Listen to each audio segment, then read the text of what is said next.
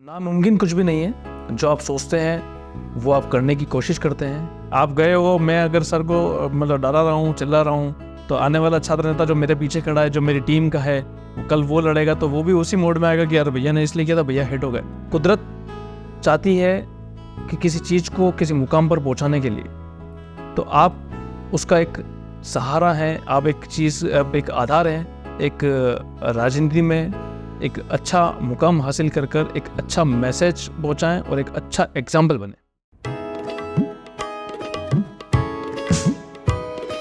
हौसलों में पंख लगा आसमां उड़ जाने की ख्वाहिशें है, आंखों में देश भर छा जाने की है।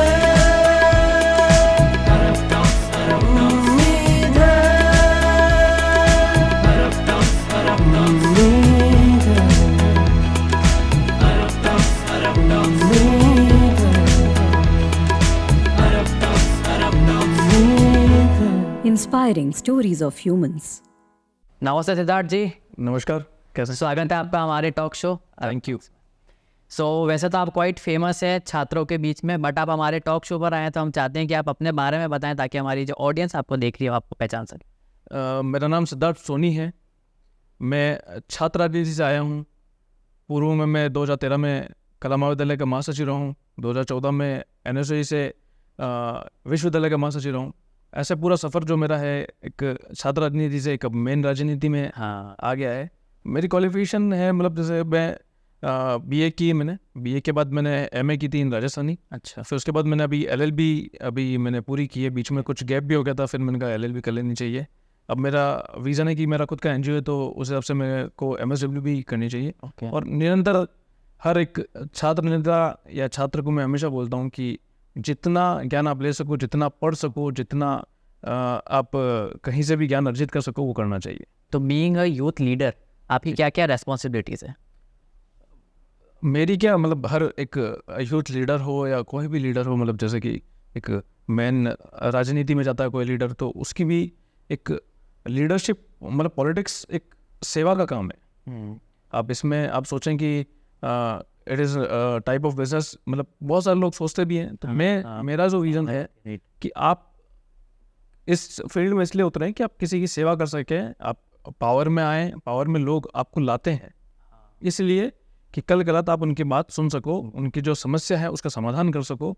तो एक प्रतिनिधि के तौर पर आपको जनता भेजती है, पर बहुत सारे अब आज की राजनीति में देखें तो बहुत सारे ऐसे वीडियोस आते हैं जो मैं खुद देख के आश्चर्यचकित होता हूँ कि जनता को किस तरह से किसी नेता के घर से भगाया जा रहा है, धुतकारे दिए जा रहे हैं, बदतमीज़ी की जा रही है।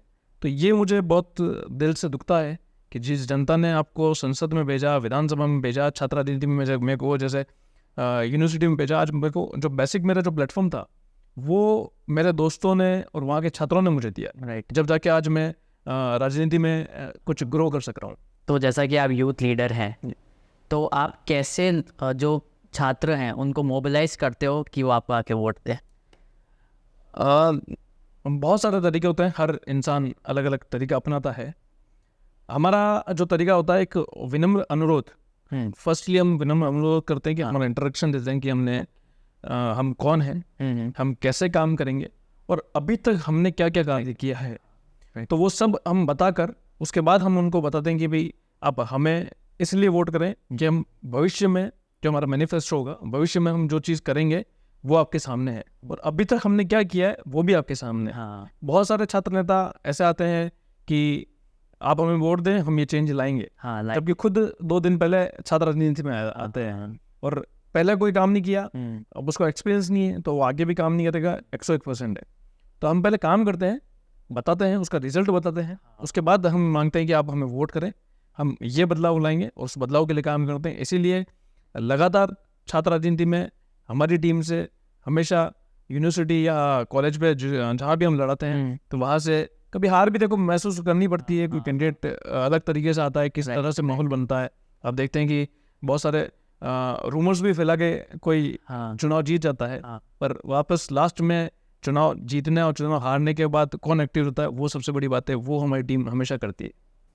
हमने देखा है कि आपका एक NGO भी है जी, तो थोड़ा उसके बारे में बताएं, उसमें आप क्या करते हैं? जी, मेरा NGO है। 2017 में हमने NGO स्टार्ट किया था।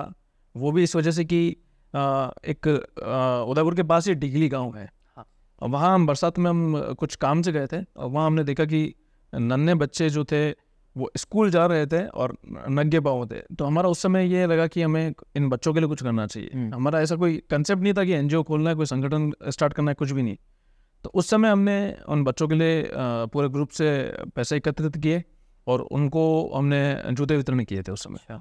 फिर मेरा जो कलीग था, मेरा दोस्त था, उसने मेरे को बोला कि भैया अपन अगर ऐसे ही अपन काम करते रहे तो कल रात कोई ऑब्जेक्शन उठा सकता है। हाँ, कि आप हमारे गांव में आकर या हमारे इस तरफ आके स्कूल में आकर आप कैसे क्या इस तरह से कर सकते वोट मांगने की हैं। हाँ, राजनीति है तो। कि पॉलिटिकल बैकग्राउंड है Right, तो वो right. देखे कि यार कल गलत यहाँ से ये ऐसा कुछ करने का। हाँ, इसीलिए हमने ग्रामीण बेल्ट चुना। और मैं शहर में राजनीति करता हूँ, ग्रामीण में मेरा कोई लेना देना नहीं है। अच्छा और जितने भी स्कूल हैं, अभी 11 स्कूल हमने अडोप्ट करके अच्छा उन बच्चों की नेसेसरी जो भी चीज़ें होती है, और हम प्राइमरी एजुकेशन पे काम करते हैं। ओके। ताकि ये भी नहीं कह सकते कि 12वीं के बाद वो हाँ, बच्चा वापस उसको एज अ टीम में ज्वाइन करना। तो हम प्राइमरी एजुकेशन पे ही काम करते हैं और उनकी जो बेसिक नीड होती है, जैसे बैग हो गया, शूज़ हो गया, स्वेटर हो गया, या कोई मतलब जैसे आजकल तो पहले यूनिफॉर्म जैसे सरकार नहीं देती है, अब यूनिफॉर्म सरकार देती है। तो यूनिफॉर्म हम देते थे, कभी घर के कपड़े हम देते थे, दिवाली पे त्योहारों पे उनके लिए कोई ले जाते थे, स्पोर्ट्स की चीज़ें देते थे। 2 स्कूलों में आप मानेंगे नहीं, हमने स्कूलों कब से चल रहे हैं वो, लेकिन उनका विद्युत कनेक्शन हमारी एनजीओ ने कराया। अच्छा। वो विद्युत कनेक्शन भी उनके पास नहीं था। तो सरकारों ने किए हैं, अच्छा काम किया है स्कूल में। अभी जैसे आप देखें कि गहलोत सरकार ने खुद ने अभी यूनिफॉर्म देना स्टार्ट कर दिया है। और उसके बाद भी आप देखें कि बहुत सारी जो बेसिक नीड होती है बच्चों के पास पूरी नहीं होती। गांव में हम जब सर्वे करा था, हमने तो देखा कि बच्चे पेरेंट्स के साथ खेत पे चले जाते हैं, वहाँ से कुछ सब्जी तोड़ के लाते हैं और किसी चौराहे पे बैठकर उसको सब्जी बेचते हैं। राइट। बहुत सारे बच्चे ऐसे थे जिनके आधार कार्ड नहीं बने हुए थे। अच्छा। अब आधार कार्ड बनने के लिए गांव से शहर में आना है, पोस्ट ऑफिस में सुबह सुबह अर्ली मॉर्निंग टोकन लेना पड़ता है, फिर उसके बाद आधार कार्ड बनता है अपना।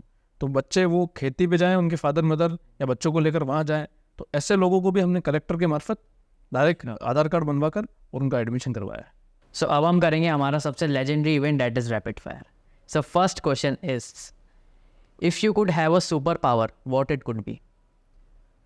मैं चाहूँगा कि जो लोग मंदिरों में जाते हैं अपनी पीड़ा को सुनाने, हाँ। या किसी इंसान के पास जाते हैं, कोई बाबा होते हैं या कोई ऐसे जो संत होते हैं उनके पास जाते हैं। हाँ, राइट। तो मैं चाहूँगा कि अगर ऐसी कोई सुपर पावर मुझे मिले हाँ हाँ। तो लोगों के दुख दर्द मैं उनको ख़त्म कर सकूँ, उन लोगों की समस्याओं का समाधान कर सकूँ, और जितना मेरे में हो मतलब काबिलियत होगी, या जितना मेरे में पावर होगा, जितना मेरे में शक्ति होगी, भगवान देगा, ईश्वर देगा, तो उतना मैं लोगों की समस्याओं का समाधान कर सकूँ।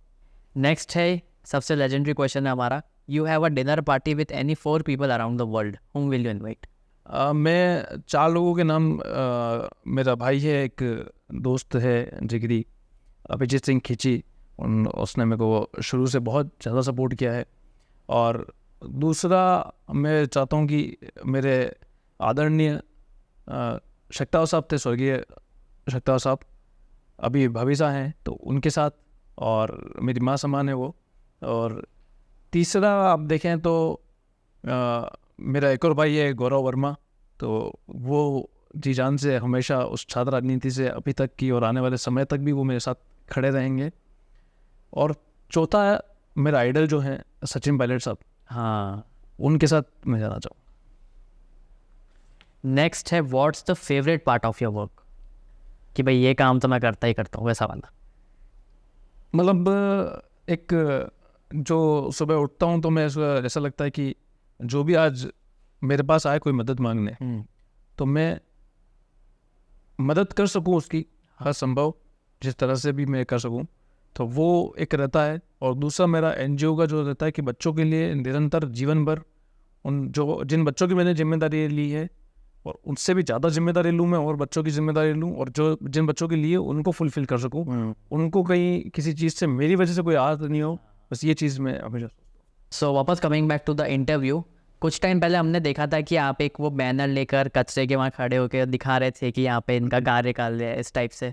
तो वो कैंपेन जो था वो इफेक्टिव था? इफेक्टिव, बहुत अच्छा रिजल्ट भी आया उस चीज़ का। अच्छा। जो कचरा जो 2-3 दिन में साफ़ होता था, वो रेगुलर साफ़ होने लग गया। अच्छा। हमने जो कैंपेन चलाया था, बेसिकली हमने पूरा उदयपुर के लिए चलाया था। ओके।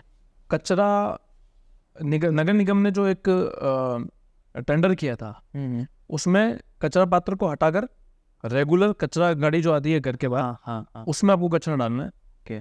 पर इन्होंने जहाँ से देख कर किया वहाँ 2 टाइम आती है गाड़ी, सुबह भी और शाम को भी। ओके। तो जो ऑफिस वाले जो लोग होते हैं वो सुबह अर्ली मॉर्निंग निकल जाते हैं तो वो कचरा डाल सकते नहीं है। हाँ। फिर वहाँ जो ये जहाँ से देख के आए वहाँ ये होता था कि 2 लड़के उस गाड़ी में होते हैं, एक ड्राइविंग करता है और सेकंड वाला हो जाता है कि अगर घर के बाहर आप कचरा डाल के रख के मतलब पॉलीथीन में रख के चले गए तो आप उसको लेकर उसको उसमें डालना है। ओके। तो वो दोनों ही चीज़ें यहाँ नहीं दिखी, ना तो शाम वाला दिखा और ना कोई लड़का किसी को कुछ बोल दो तो वो गाड़ी लेके रवाना हो जाता है। अच्छा। और बदतमीजी सब चीज़ें बहुत सारी चीज़ें हो रही थी। तो हमारा कैंपेन चलाने का मकसद ये था हमारा कि जो कचरा सड़कों पर शाम को लोग डाल रहे हैं या दिन में जो लोग डाल रहे हैं गाड़ी जाने के बाद, उसका कैसे निस्तारण किया जाए। तो नगर निगम सोचेगा।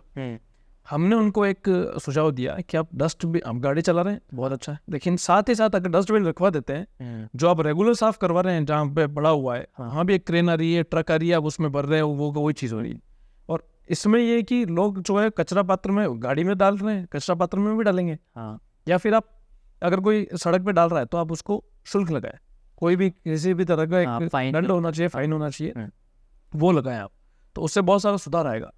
तो नगर निगम ने हमने 7 डेज का अल्टीमेटम दिया था और उसके बाद हमने कैंपेन रन किया। अच्छा। कि ये ऐसे नहीं मानेंगे, लातों की वो बातों से नहीं मानते हैं। हाँ। तो हमने कैंपेन रन किया और हर कचरा पात्र की जगह जहाँ से इन्होंने कचरा पात्र हटाए थे वहाँ के हमने लोगों को नाम दिए। ये महापौर कचरा केंद्र है, ये उप महापौर कचरा केंद्र है, ये विधायक कचरा केंद्र है, क्योंकि विधायक भी वो नदारत थे उस समय। तो उस समय हमने सारे कचरा केंद्रों को उदयपुर के जहाँ जहाँ कचरा था वहाँ लोगों को इकट्ठा किया, वहाँ के आम पब्लिक को इकट्ठा किया जो वहाँ से परेशान थे, और उनके साथ हमने एक कैंपेन रन किया और बहुत ज़्यादा इफेक्टिव रहा।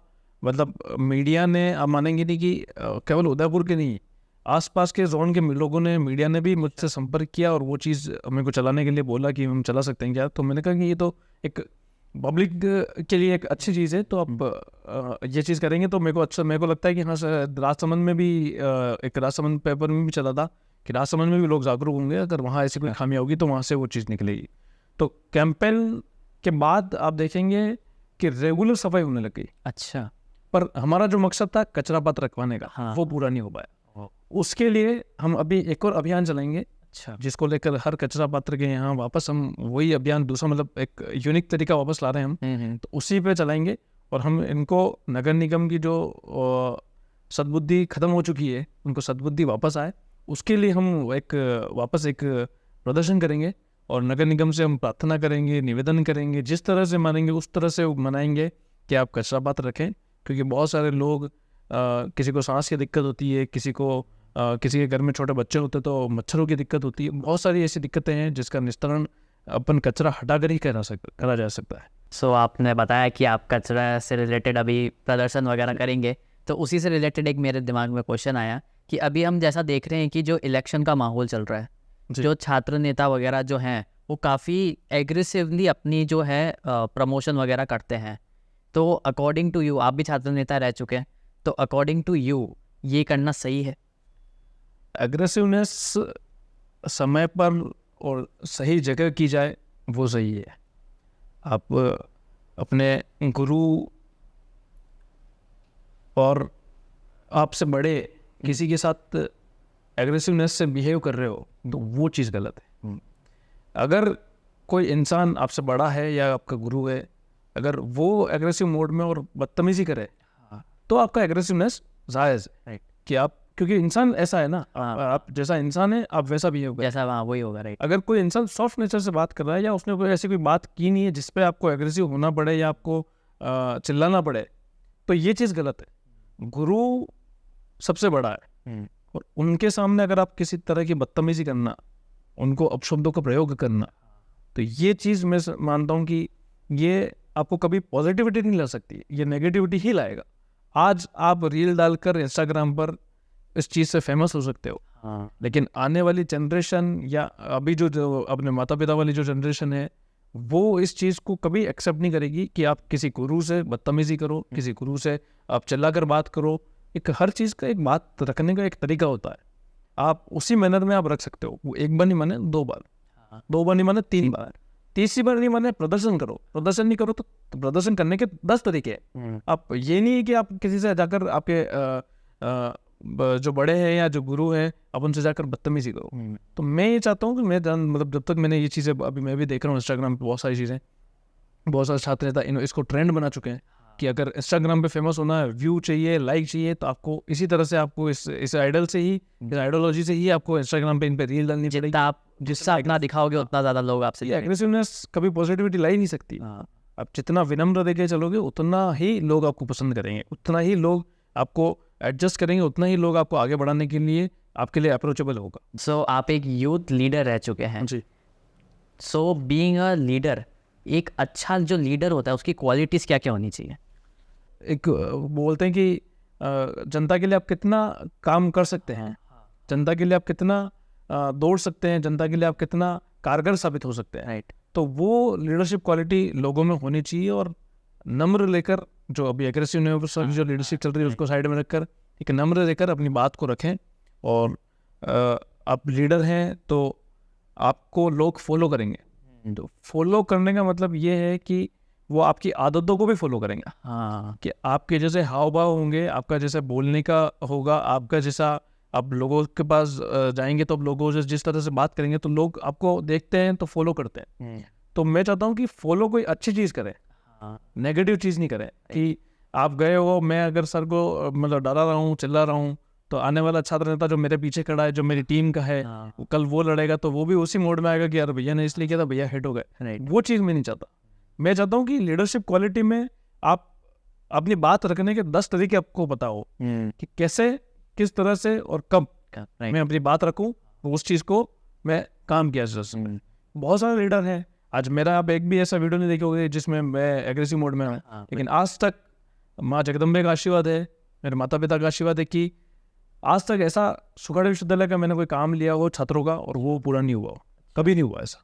और सर आज भी, और आप मानोगे कि इवन पियोन और इवन सिक्योरिटी गार्ड मेरे को एकदम बच्चे जैसा रखते हैं। और आज भी मैं उनके जाता हूँ तो विश्वविद्यालय में, तो वो मेरे को देख के इतना खुश होते हैं। अच्छा। तो हमेशा ये चीज़ हमेशा आप अगर गार्ड से लड़ोगे या इनसे बदतमीजी करोगे तो वो उनकी ड्यूटी निभा रहे हैं कि आपको अंदर जाना देना चाहिए कि नहीं चाहिए। तो वो उनकी ड्यूटी आगे से निर्देश मिलते हैं। आप उनसे बदतमीजी करके और आप अंदर जाओगे तो वो चीज़ उनको भी हर्ट होता है कि वो भी किसी के पिता हैं, वो भी किसी के दादा हैं। तो उसको सब कुछ चीज़ें रखे कि आज अगर अपने परिवार वाले वहाँ कोई होता और मेरे दादाजी से, मेरे पिताजी से कोई बदतमीजी करेगा तो मेरे को भी गुस्सा आएगा। तो आप विनम्र अनुरोध करोगे तो 101% मैं आपको गारंटी से लिख के दे सकता हूँ कि वो आपको 2 गुना प्यार देंगे। तो मैं चाहता हूँ कि लीडरशिप क्वालिटी में आप बस केवल प्यार बांटो, नफरत नहीं बांटो। तो आजकल हम देख रहे हैं कि जो भी छात्र नेता जो भी इलेक्शन के लिए खड़ा होता है वो बहुत ज़्यादा अपना प्रचार करता है, बैनर्स बनवाता है, पैम्पलेट्स बांटता है, बहुत कुछ करता है, मतलब बहुत बड़े बड़े फंक्शंस करता है ताकि वो जीत जाए।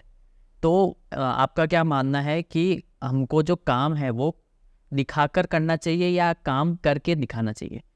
मैं दोनों चीज़ों में राजी हूँ कि काम अगर मैं दिखाऊंगा नहीं तो लोगों को कैसे पता पड़ेगा कि मैं काम करता हूँ। जैसे कि एग्जांपल, मैं खुद मेरा एनजीओ चलाता हूँ, तो लोगों के बहुत सारे कमेंट आते हैं कि आप सेवा कर रहे हो तो आप फेसबुक पे क्यों डालते हो, इंस्टाग्राम पे क्यों डालते हो। राइट। तो मैं ये चाहता हूँ कि अगर मैं फेसबुक इंस्टाग्राम पे नहीं चलूंगा तो जैसे आपको पता पड़ा कि मेरा एनजीओ है, कल आप मुझसे संपर्क करेंगे कि यार भैया कहाँ कैसे क्या सिस्टम कर सकते हैं अपन। बिल्कुल।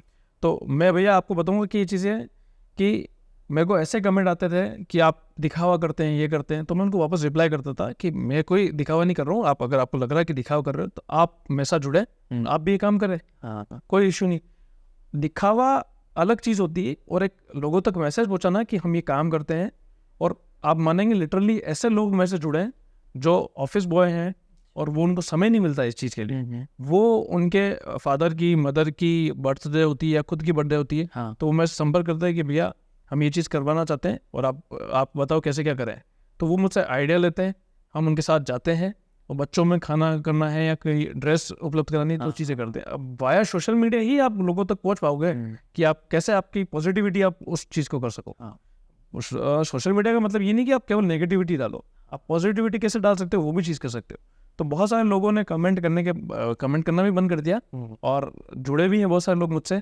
और मैं देखता हूँ कि जो घर में ही रहता है या कोई ऑफिस में बिजी रहता है तो वो सोशल वर्क के लिए उसको समय नहीं होता है। तो उस समय वो सोशल मीडिया पे देखता है तो उसको लगता है कि हाँ ये लिटरली ये कोई काम कर रहे हैं और ऑन ग्राउंड काम कर रहे हैं। तो इससे ये भी चीज़ साबित हो जाती है कि आप ग्राउंड पे कितना एक्टिव है। हाँ राइट। आप क्या मतलब वार त्योहार ही सोशल वर्क कर रहे हैं हाँ, या या। रेगुलरिटी में है, आप कितने सालों तक उस चीज़ को फॉलो करते हैं, क्या है। हमारा बेसिक सबसे फंडा है कि हम डोनेशन नहीं लेते हैं। अच्छा। हम बच्चों की रिक्वायरमेंट स्कूल से लेटर आता है और प्रॉपर अगर बोलते हैं तो हम लेटर मंगवाते हैं कि हाँ शूज़ की नीड है, कितने शूज़ की नीड है, किन किन बच्चों के लिए, मतलब क्या साइज़ है, क्या चीज़ है, पूरा परफॉर्म आता है। अच्छा। हम डोनर को भेजते हैं, डोनर कहता है कि ठीक है मैं कर दूंगा, वो शूज़ खुद लेके आता है अच्छा। और खुद ही साथ में आकर वो बच्चों को पहनाते हैं। ओके। तो हमारा फंडिंग का जो वो क्राइटेरिया जो लोगों ने एनजीओ को बदनाम कर रखा है हाँ। कि भाई ये चीज़ है, तो हमारा ये हमने शुरू से ही उसूल बनाया कि हम अच्छा। फंडिंग किसी से नहीं लेंगे या किसी तरह से वो चीज़ नहीं लेंगे, हम डायरेक्ट वो मांगते। हाँ ऐसे केस में होता है कि बहुत सारे लोग होते हैं कि हम नहीं आ पाएंगे यार, आप पैसे ले लो, आप ये चीज़ कर लो, हाँ। तो हम उसको बिल भेज देते हैं अच्छा। कि ये फलाना दुकान है, इतना लगा। इसका ये बिल है और ये चीज़ है, क्योंकि बिल का भी झूठा नहीं, वो दुकान वाला भी झूठा तो बनाएगा नहीं। हाँ हाँ। तो वो बिल आएगा, Right. उसका अमाउंट है, बचा हुआ अमाउंट उसका हम वापस दे देते हैं। नहीं होता है अगर वो बोलते हैं कि हाँ बचा हुआ अमाउंट भी आप बच्चों में कर दो, Right. तो हम कुछ भी हमारे जो उस अकॉर्डिंग टू बजट हाँ। जो बच्चों के लिए हम कर सकते हैं वो करते हैं। जैसे अभी हमने एक बच्चे के कान की मशीन, वो बच्चा बचपन से सुनने के लिए नहीं था, अच्छा। मतलब बहुत लाउड में वो सुनता था, तो उसके मशीन करवाई थी। तो एक राजसमंद के एक हमारे उत्तम जी चौहान है, उन्होंने बहुत अच्छा उनकी बच्चे की मदद की। एक पेरिस से हमारा जो उदयपुर की एक लोकल वहाँ पे एक योगा इंस्ट्रक्टर है, अच्छा। राजेश जी जैन, तो उन्होंने वहाँ से पेरिस से मेरा वो इंस्टाग्राम की स्टोरी देखी, ये सोशल मीडिया की पावर। हाँ हाँ। तो सोशल मीडिया पे मैंने डाला, उन्होंने देखा तो क्या कि आप तो कल ही कराओ, मैं जितना भी चाहिएगा मैं दूंगा। फिर हमने बता देखी कि इतना हो गया उतना ये चीज़ है, और मैंने कहा आप कब आओगे, तो उन्होंने कहा मेरे को टाइम लगेगा, आप तो कराओ। तो उनको हमने वापस बिल भेजा अच्छा। और 2000 रुपीज़ उनका बचा हुआ था, तो उनको हमने वापस बोला, तो उन्होंने बोला कि बच्चों के गिफ्ट ले जाना, तो हमने उनको सामने वापस बच्चों के गिफ्ट लिए और उसका बिल वापस उसका बिल भेजा, अरे वाह। वापस हमने चीज़ें। क्या बात है। तो ट्रांसपेरेंसी है, और ये it is not a part of NGO, मतलब एक एनजीओ रजिस्ट्रेशन इसलिए कराना था कि कल कल कोई ऑब्जेक्शन नहीं कर सके, हाँ। इस वजह से रजिस्ट्रेशन हो, रजिस्ट्रेशन सर्टिफिकेट पड़ा हुआ ही साइड में, अच्छा। इससे हमारा कोई लेना देना नहीं। तो जब आप इलेक्शन में खड़े हुए थे फर्स्ट टाइम, जी, तो आपने ऐसा क्या सोचा कि आपने सिर्फ कांग्रेस को चूज किया और ना कि बीजेपी को? मैंने एबीपी में भी काम किया हुआ है, वहाँ के लोगों को मैंने देखा, तो छात्र राजनीति में जो इनके संगठन मंत्री आते हैं, तो वो बाहर से आते हैं, वो सोचते हैं कि बस किस छात्र नेता को हम टिकट दें और किस तरह से हम धन को अर्जित कर सकें। अच्छा। तो वो आइडियोलॉजी मेरे को कहीं ना कहीं चुभी है, मुझसे भी मांगे गए। अच्छा। तो मैंने उस समय इसीलिए एबीपी को स्विच करके एनएसओ को डाला, और एनएसओ में और आज मेन कांग्रेस में, यूथ कांग्रेस में भी हूँ मैं। तो मुझे यहाँ जो फ्रीडम फील होती है कि जो संगठन ने फ्रीडम दे रखी है, संगठन ने मतलब एक आवाज़ बुलंद करने के लिए आपको फ्री छोड़ रखा है, वो मुझे कहीं ना कहीं भाजपा में, एबीपी में और युवा मोर्चा में कहीं कमी लगती है। वहाँ आप आवाज़ उठाओगे तो आपके ऊपर से भाई साहब का फ़ोन आ जाएगा कि अरे यार ये तो अपना बंदा है, आप ऐसे मत करो, ऐसे मत करो। यहाँ फ्रीडम है, यहाँ अगर कोई काले कारनामे कर रहा है, चाहे निगम हो, चाहे सुगढ़ विश्वविद्यालय हो, यहाँ हमारे पास आज तक, मेरे पास ऐसा कोई कॉल नहीं आया है कि मैंने किसी चीज़ के लिए आवाज़ उठाई हो और बोल दिया अरे नहीं यार इसको ये चीज़ नहीं करनी। और जब मैं आज, मेरे बहुत सारे दोस्त हैं जो एबीपी में हैं, युवा मोर्चा में हैं, भाजपा में भी हैं, तो वो कहीं ना कहीं एक बंदा वो महसूस करते हैं कि यार गुलाब जी भाई साहब का डर है, और इसका डर है, उसका डर है, भाई साहब हम ये नहीं कर सकते हैं, ये भाई सब आप करो। ये हमारे ऊपर मतलब कंधे पर बंदूक करके बहुत सारी चीज़ें ऐसे चलती है। तो फ्रीडमनेस जो होती है कि एक लोकतंत्र का अधिकार, वो मुझे लगता है कि कांग्रेस में है, और कांग्रेस में आप आवाज़ आराम से अच्छे से उठा सकते हो, मजबूती से उठा सकते हो, और लीडर आपको उस चीज़ के लिए प्रमोट करते हैं और उस चीज़ के लिए मदद भी करते हैं कि आपने बहुत अच्छा मतलब एक कदम उठाया है। अभी हाल ही में एक बेगू में एक मेरे समाज की एक लड़की थी, मेरी कज़िन भी लगती है, तो उसका हुआ था, तो उसमें कुछ हमारे लोग ही उसमें लिप्त थे, तो मैंने उसके खिलाफ भी आवाज़ उठाई। तो वहाँ से मेरे को अभी तक ऐसा कोई कॉल नहीं आया कि यार अपने संगठन का है, कोई इंसान कैसे गया है। तो मेरे को जो चीज़ लगती है कि जिस लीडर को मैंने ये चीज़ बताई थी, मैंने भाभी साहब को बताई थी, भाभी साहब ऐसी बात है, तो उन्होंने कहा कि आप निश्चिंत रहो कि आपको चलना पड़ेगा, मैं चलूँगी, कोई इशू नहीं। तो मेरे को बहुत अच्छा लगा कि यार हमारे लीडर भी हमारी तरह ही सोचते हैं कि जो गलत है वो गलत है, वो जो सही है उसके लिए सही है, मतलब गलत के खिलाफ खड़े रहेंगे, सही के साथ खड़े रहेंगे।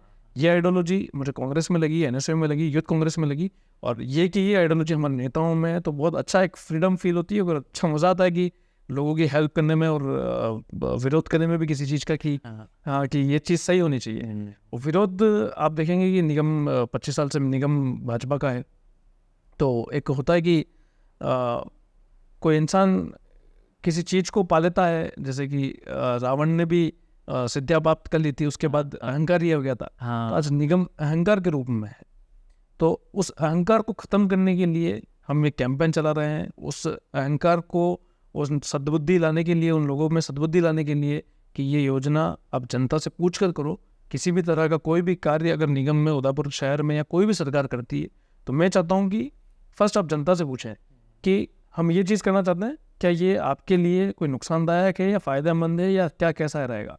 तो जो रिजल्ट आता है, कोई बहुत सारे लोग देखो, आप विपक्ष की पार्टी वाले भी होते हैं, वो विरोध करते हैं। विपक्ष को भी सुनना, पक्ष को भी सुनना, और जो न्यूट्रल लोग हैं, जिनको राजनीति से मतलब नहीं है, जिनको केवल विकास से मतलब है, जिनको केवल योजनाओं से मतलब है, जिनको केवल अपने खुद के जो परिवार के लोग हैं उनको कैसे किस तरह से बेनिफिट हो सके किसी चीज़ का, या किस तरह से देश में डेवलपमेंट हो सके, किस तरह से आपको खुद को फ़ायदा पहुंचाने के लिए राज्य को या देश को नुकसान पहुंचा रहे हो, वो चीज़ें भी उनको भी सुनना चाहिए। और उसके बाद एक रिजल्ट निकालना चाहिए कि हाँ, यहाँ ये सड़क बननी चाहिए, या ये नाला बनना चाहिए, या ये पुल बनना चाहिए, किसी का धंधा इफेक्ट नहीं हो, किसी का कुछ पर्सनल कोई इशू नहीं हो, किसी का घर ना तोड़ा जाए।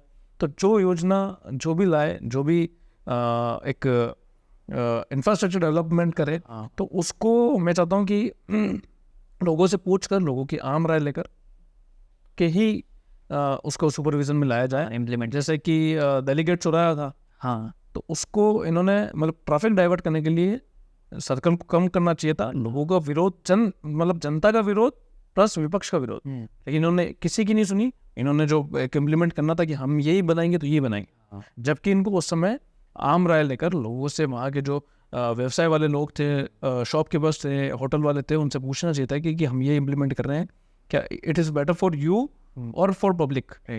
तो अगर दोनों के लिए अगर बेटर है तो हम इस चीज़ का इम्प्लीमेंट करते हो, अगर नहीं है तो आप एक ऑप्शन हमें दें। विपक्ष से भी पूछना चाहिए था, विपक्ष की भूमिका भी देती है, वो भी कुछ नया अच्छा सुझाव दे सकता था कि ऐसा नहीं ऐसा। तो इन्होंने वो चीज़, हमने बहुत धरना प्रदर्शन किया, बहुत विरोध किया, लेकिन इनको जो करना था उन्होंने किया। तो वो निरंकुश, अंकुश, जो भी कहें आप, वो निगम में अभी है। उसको सद्बुद्धि देने के लिए हम अभी भी लगातार अड़े हुए हैं, और मुझे पता है कि आने वाले चुनाव में नगर निगम में कांग्रेस आएगी और बहुत बेटर डेवलपमेंट के लिए हम काम करेंगे।